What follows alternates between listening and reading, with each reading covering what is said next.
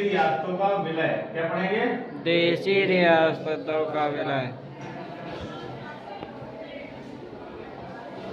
जो पढ़ाया है समझ में आया? जी। कोई ऐसा जिसको ये ना समझ में आया हो? नहीं। देखिए, जब भारत स्वतंत्र हुआ था तो इसके सामने 3 प्रमुख चुनौतियां थी। कितनी चुनौतियां थी? 3 चुनौतियां।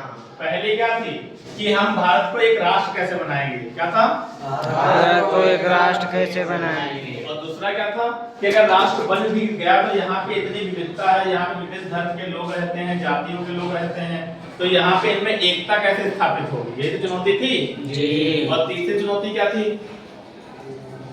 क्या थी? तीसरी चुनौती ये थी कि भारत का विकास कैसा हो। क्या था? कि भारत विकास के पथ पे आगे कैसे बढ़े। ठीक, तो ऐसे करते करते 15 अगस्त 1947 का समय आ जाएगा। तो इस समय में क्या होगा कि भारत को जब आजादी मिलेगी तो भारत 2 भागों में विभाजित हो जाएगा। क्या होगा? 2 भागों में विभाजित। एक भारत और दूसरा पाकिस्तान। ठीक, तो जब विभाजन होगा तो ये विभाजन क्या था? हमारे लिए अच्छा नहीं था, क्योंकि ये एक विभाजन कैसा था? धर्म के आधार पे था। कैसा था? धर्म के आधार पे। और जब धर्म के आधार पे विभाजन था तो जो यहाँ के बहुसंख्यक लोग थे उस आधार पे ये देश डिसाइड किए गए।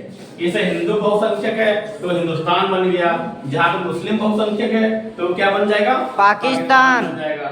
जैसा आप मैप में देख सकते हैं कि 2 क्षेत्र ऐसे थे जो मुस्लिम बाहुल्य थे। पहला पश्चिमोत्तर प्रांत और दूसरा पूर्वी बंगाल और बंगाल वाला क्षेत्र। तो ये दोनों क्या बन जाएंगे? पाकिस्तान बन जाएंगे। क्या बन जाएंगे? पाकिस्तान। तो पाकिस्तान द्वारा क्या हो रहा था कि यहाँ का जो प्रशासन था वो अच्छे से नहीं चल पा रहा था। तो ये 1971 में क्या होगा, तो श्रीमती इंदिरा गांधी की प्रधानमंत्री, उनके सहयोग से एक नया देश बन जाएगा। वो कौन सा था? बांग्लादेश। इतनी बात समझ में आई? जी। और इसके बाद क्या होगा? देशी रियासतें। जब 1947 के समय में क्या हुआ, जो यहाँ की रियासतें थी उनके सामने 2 प्रमुख बातें थी, या तो वो भारत में शामिल हो जाएं, ठीक, तो या तो वो पाकिस्तान में शामिल हो जाएं, और तीसरा या तो वो स्वतंत्र हैं। 3 इनके पास क्या थे? विकल्प थे रियासतों के पास। तो इन्होंने क्या चाहा कि या तो हम भारत में रहेंगे या पाकिस्तान में रहेंगे और या फिर स्वतंत्र रहेंगे। तो ऐसे 3 रियासतें थी जो स्वतंत्र रही। एक थी जम्मू कश्मीर। कौन थी? जम्मू कश्मीर। जम्मू कश्मीर। कौन थी? जम्मू कश्मीर। और एक थी जूनागढ़। क्या नाम था? जूनागढ़। क्या नाम था? जूनागढ़। इतना समझ में आया? और एक थी हैदराबाद। कौन थी? हैदराबाद।